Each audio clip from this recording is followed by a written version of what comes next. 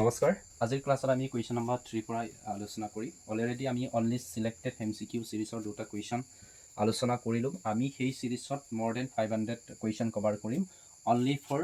ADRE grade 4 এক্সামৰ কাৰণে so যিসকলে grade 4 এক্সামৰ কাৰণে প্ৰস্তুতি চলাই আছে একেদৰে সেই ভিডিঅ'টো চাব এতিয়া চাম যদিয়ে আমাক পৰীক্ষাত এনেধৰণৰ কুৱেশ্যনৰ এনসাৰ উলিয়াব দিয়ে তেতিয়া আমি কেনেধৰণে উলিয়াম ঠিক আছে ইয়াতে মই বুজাবৰ কাৰণে আকৌ একবাৰ লিখি লৈছোঁ গোটেইখিনি সংখ্যা ইয়াতে 248 প্লাস ইয়াত কিমান আছে 52 ঠিক আছে প্লাস ইয়াতে ৰুট ওভাৰ 144 আছে এতিয়া মই সেই ৰুট ওভাৰৰ বিষয়ে অকমান বুজাই দিব বিচাৰিছো ইয়াতে ৰুট ওভাৰ কিমান আছে 144 আছে তাৰ মানে ইয়াতে 12 পূৰণ 12 হৈ আছে যেতিয়া আমি সেই ৰুট ওভাৰ চিনটো আঁতৰাই দিওঁ তেতিয়ালে সেই ডবল হৈ থকা সংখ্যাৰ যিকোনো এটা ওলাই আহে তাৰ মানে কি আমি 144 ৰ জায়গাত ইকুৱেল কিমান লিখিব পাৰো 12 মানে 12 ঠিক আছে বুজি পাইছানে এই ৰুট ওভাৰটো ট্ৰাই দিয়াৰ লগে লগে এই ডবল হৈ থকা সংখ্যাৰ পৰা এটাই ওলাই আহিব আৰু এইটোক সলিউশন কৰি আমি কিমান পালো 12 পালো এই 12 সংখ্যাটো ইয়াৰ লগত কি কৰিব লাগিব প্লাস কৰিব লাগিব ঠিক আছে কাৰ লগত প্লাস কৰিম চাব ইয়াতে 248 প্লাস ইয়াৰ লগত 52 লগত এই 52 লগত এই 12 প্লাস কৰিলে কিমান হ'ব 52 প্লাস 12 ইফালে কিমান হ'ব 64 ঠিক আছে ইয়াতে কিমান হ'ব 64 এতিয়া 64 ৰ যদি বৰ্গমূল চাও তেতিয়ালে কিমান হ'ব যেতিয়া আমি 64 ৰ চাও 64 ৰ যদি চাও তেতিয়ালে এনে ধৰণে আছে 8 * 8 ইকুৱেল কিমান হ'ব 8 ঠিক আছে এই 8 ইয়াতে কি কৰিলো 2 4 8 প্লাস ইয়াতে কি আছে 8 ওকে এতিয়া কিমান হ'ব ইহত দুটাক যদি প্লাস কৰা হয় তেতিয়ালে কিমান হ'ব 256 এতিয়া 256 ৰ বৰ্গমূল কিমান বুলি ক'লে 16 কেনেকৈ বুলি ক'লে মই ইয়াতে দেখাই দিছো ইয়াতে 256 আছে ঠিক আছে 256 ইয়াতে 16 টো ডবল হৈ আছে ইয়াতে কি আছে 16 টো ডবল আছে ডবল হৈ থকা মানে ৰুটৰ পৰা ট্ৰাই দিয়াৰ লগে লগে 16 ৰ পৰা এটাই আহিব ঠিক আছে সো এনসাৰ আমাৰ কি হ'ব 16 টো অপচন এ টো কাৰেক্ট এনসাৰ হয় এতিয়া চাম আমি নেক্সট কুৱেশ্যন এতিয়া আইছো কুৱেশ্যন নম্বৰ 4 কুৱেশ্যন নম্বৰ 4 ত কি দিয়া আছে আমি চাম ইয়াতে ৰুট ওভাৰ দিয়া আছে আৰু ৰুট ওভাৰৰ ভিতৰত এটা পেকশন দিয়া আছে আৰু এই পেকশনকিনিৰ সংখ্যাৰ মাজত কি আছে দশমিক আছে সো এনে ধৰণে দশমিক থকা সংখ্যা বা পেকশনক বা ৰুট ওভাৰ থকা সংখ্যা আমি কেনে ধৰণে সলিউশন কৰিম ঠিক আছে মই লোকেল ভাবে একদম গৰুৱা ভাষাত আপোনালোকক বুজাই দিছো ইয়াতে এনেকুৱা যদি পয়েন্ট থাকে লব আৰু হৰ দুইটাৰ ক্ষেত্ৰতে ওপৰৰ সংখ্যা আৰু তলৰ সংখ্যাৰ লগত যদি দশমিক থাকে তেতিয়ালে এটা কাম কৰিব হিসাব কৰিব কেইঘৰৰ আগত দশমিক আছে এটো মই চালু এঘৰ দুঘৰ তিনিঘৰ ঠিক আছে ওপৰৰ কেইঘৰ হয় কেইঘৰৰ আগত সংখ্যা আছে তিনিঘৰৰ সংখ্যাৰ আগত আছে ইয়াতে মই কৈছো ওপৰৰ সংখ্যাৰ লগত কেইঘৰৰ আগত দশমিক হয় তিনিঘৰৰ আগত দশমিক হয় যদি আমি এইখিনি হিসাব কৰো এঘৰ দুঘৰ তিনিঘৰ বুলি কব এটা নেক্সটটো চাম এঘৰ দুঘৰ ইফালে তিনিঘৰ তেতিয়ালে এই দুটা 3 3 ঠিক আছে সমান সমান হৈছে নে যদি সমান সমান হয় যদি তেনেকে ওপৰৰ সংখ্যা তিনিঘৰৰ আগত কি আছে দশমিক আছে ইয়াতে তিনিঘৰৰ আগত কি আছে দশমিক আছে তেতিয়ালে এই গোটেইখিনি যদি এনে ধৰণে সমান সমান হয় তেতিয়ালে গোটেইখিনি দশমিক অতৰাই দিব লাগে এটো মোৰ এটা ট্ৰিক্স হল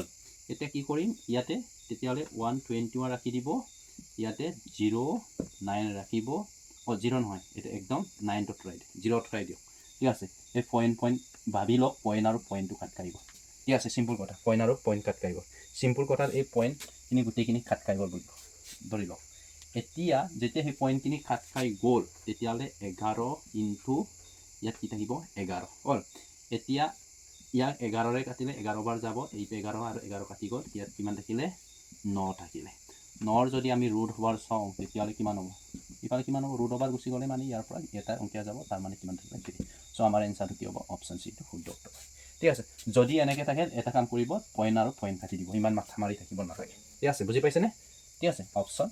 এটো সি টো আমাৰ কাৰেক্ট এনসাৰ হ'ব এতিয়া আমি চাম নেক্সট কুৱেশ্যনটো এতিয়া আমি চাম কুৱেশ্যন নম্বৰ 5 এতিয়া কুৱেশ্যন নম্বৰ 4 ৰ গতে একে যদি কুৱেশ্যন নম্বৰ 4 টো বুজি পাইছিলে তেতিয়ালে এই কুৱেশ্যনটো কৰিব পাৰিব ইয়াতো চাও 1 2 3 1 2 3 ঠিক আছে সমান সমান ঠিক আছে সমান সমান হলে এই দশমিকটো ফুটি যায় বা এনেকেও ধৰি লব পাৰে যে দশমিক আৰু দশমিক কি হল কাট খাইব এতিয়া কিমান থাকিলে বুলি ক'লে এনেকে কম যে আমাৰ 41 ডিভাইডেড বাই 625 এতিয়া যদি আমাৰ ইহতৰ বৰ্গমূল খুদু ইয়াতে কিমান হ'ব ইয়াতে 21 ইনটু 21 আৰু 21 যদি পূৰণ কৰা হয় ইয়াতে মই দেখাই দিছো 21 আৰু যদি 21 পূৰণ কৰা হয় তেতিয়ালে 441 হ'ব ঠিক আছে ইয়াতে কিমান হ'ব 25 ইনটু 25 25ক যদি পূৰণ কৰা হয় ডাবল কৰা হয় তেতিয়াহ'লে মই কৈছোঁ যে ইয়াৰ পৰা যদি ৰুট হবাৰ আঁতৰাই দিয়া হয় দুইটাতে ইয়াত ৰুট হবাৰ কৰি আছে ইয়াৰ পৰা এটা যাব ইয়াৰ পৰা এটা যাব তাৰ মানে কি হ'ব ইয়াতে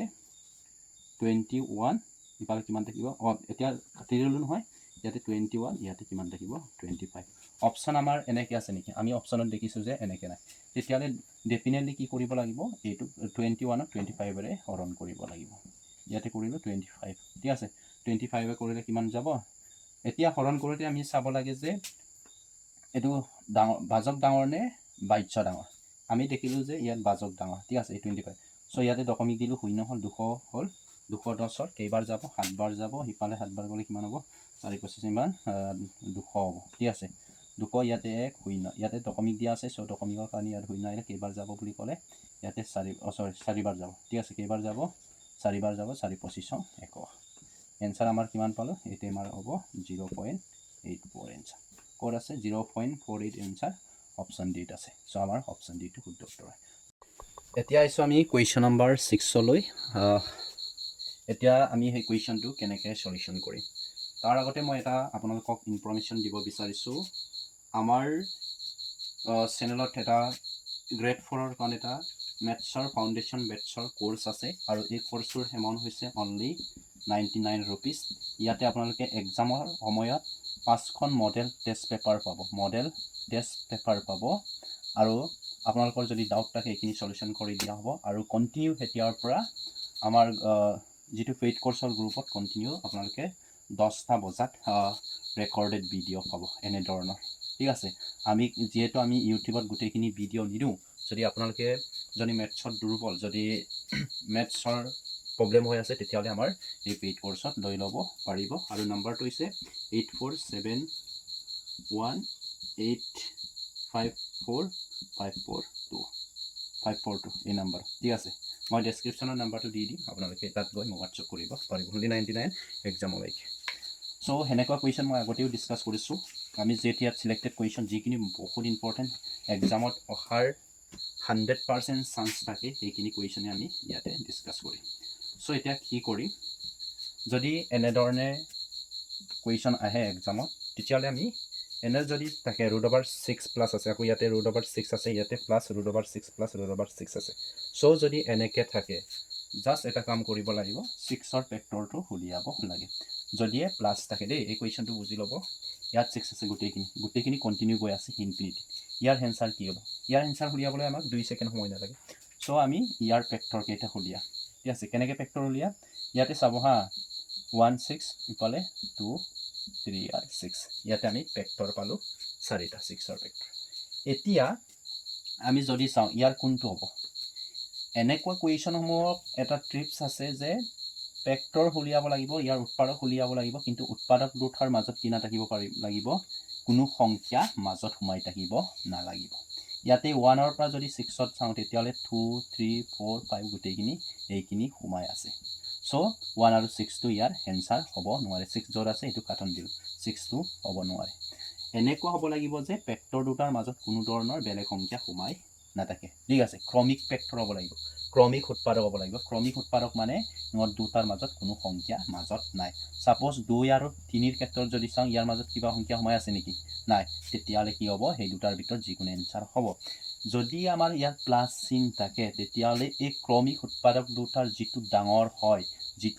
তেতিয়াহ'লে এই ডাঙৰ সংখ্যাটো আমাৰ ইয়াৰ এনচাৰ হয় চ' ইয়াৰ ডাঙৰ কোনটো বুলি ক'লে আমাৰ 3 চ' আমাৰ এনচাৰ হ'ব অপশ্যন বিটো কাৰেক্ট এনচাৰ হ'ব ঠিক আছে আমাৰ অপশ্যন বিটো কাৰেক্ট এনচাৰ হ'ব বুজি পাইছেনে যদিহে প্লাছ চিন থাকে ফেক্টৰ দুটা ক্ৰমিক হ'ব লাগিব ইহঁত দুটাৰ মাজত কোনো ধৰণৰ গেপছ থাকিব নালাগিব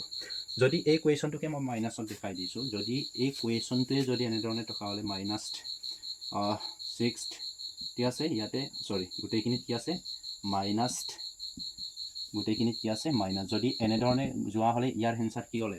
তেতিয়াহ'লে মই চালোঁহেঁতেন ইহঁত দুটা ক্ৰমিক উৎপাদক এই দুটা আছে ঠিক আছে ক্ৰমিক উৎপাদক দুটাৰ মাজত যিটো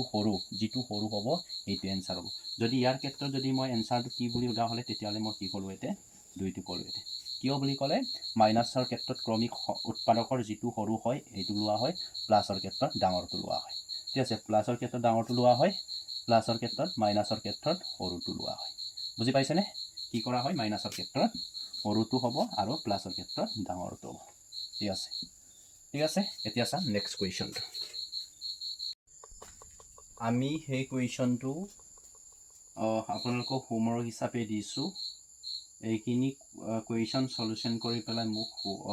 কমেণ্ট ছেকশ্যনত কমেণ্ট কৰি জনাব যিসকলে ইউটিউব চেনেলত চাই আছে আৰু যিসকলে আমাৰ পেইড কৰ্ছত চাই আছে এইসকলে এই এনচাৰটো সলিউশ্যন কৰি পেলাই মোক ফটোখিনি সলিউশ্যন কৰা বহি নোটছ কৰিব ঠিক আছে অকল MCQ দিলে নহ'ব অকল কাৰেক্ট এনচাৰটো দিলে নহ'ব কাৰেক্ট অপশ্যনটো দিলে নহ'ব আপোনালোকে মোক সলিউশ্যন কৰি বহিত সলিউশ্যন কৰি পেলাই মোক হোৱাটছআপত পঠাব মই চেক কৰি দিম ঠিক আছে সো আজিৰ ক্লাছটো সিমানে আছিলে কেনেকুৱা পালে কমেণ্ট ছেকশ্যনত কমেণ্ট কৰি জনাব আকৌ কৈছোঁ এক্সাম পালেহি বেছি দূৰ নাই পাৰিলে আপোনালোকে 99ৰ কোৰ্সটো লৈ লওক ঠিক আছে সময় থাকোঁতে হ'ল সো আমি বহুতখিনি আগবাঢ়িছোঁ মেথছতে হওক বা অন্যান্য ছাবজেক্টতে হওক বহুতখিনি আগবাঢ়ি গৈ আছোঁ অলৰেডি মই 1200টা MCQ দিলোঁ ঠিক আছে এই কথাটো মই ক'ব পাহৰিছিলোঁৱে 1200টা MCQ কুৱেশ্যন মই অলৰেডি ষ্টুডেণ্টক ফৰৱাৰ্ড কৰিছোঁ আমাৰ পেইড কৰ্ছত থকা ষ্টুডেণ্টসকলক 1200টা আৰু যিসকলে এই 1200টা MCQ ল'ব বিচাৰে তেতিয়াহ'লে মোক তলত দিয়া নাম্বাৰত যোগাযোগ কৰিব মই PDF খিনি ফৰৱাৰ্ড কৰিম আৰু এই 1200টা PDF পাবৰ কাৰণে আপোনালোকে অনলি 49 পে কৰিব লাগিব এই 1200টা কুৱেশ্যনত বিভিন্ন ধৰণৰ ছাবজেক্ট থাকিব মিক্স থাকিব ৰিজনিং আৰু ইংলিছৰ বাদে maths science GK all everything এই PDFত থাকিব APSC প্ৰিভিয়াছ ইয়াৰ কুৱেশ্যনৰ পৰা ধৰি আৰু APSC প্ৰিভিয়াছ ইয়াৰ কুৱেশ্যনৰ পৰা কিন্তু এবাৰ 12টামান কুৱেশ্যন আহিব 1966ৰ পৰা আমাৰ 2023 লৈকে যিখিনি APSC এক্সাম হৈছে এইখিনি পেপাৰ মোৰ লগত আছে পেপাৰখিনিও ফৰৱাৰ্ড কৰি সো যিসকলে ইচ্ছুক প্ৰাৰ্থী আছে যদি ল'ব বিচাৰে তেতিয়াহ'লে আপোনালোকে মোক তলত দিয়া নম্বৰত যোগাযোগ কৰিব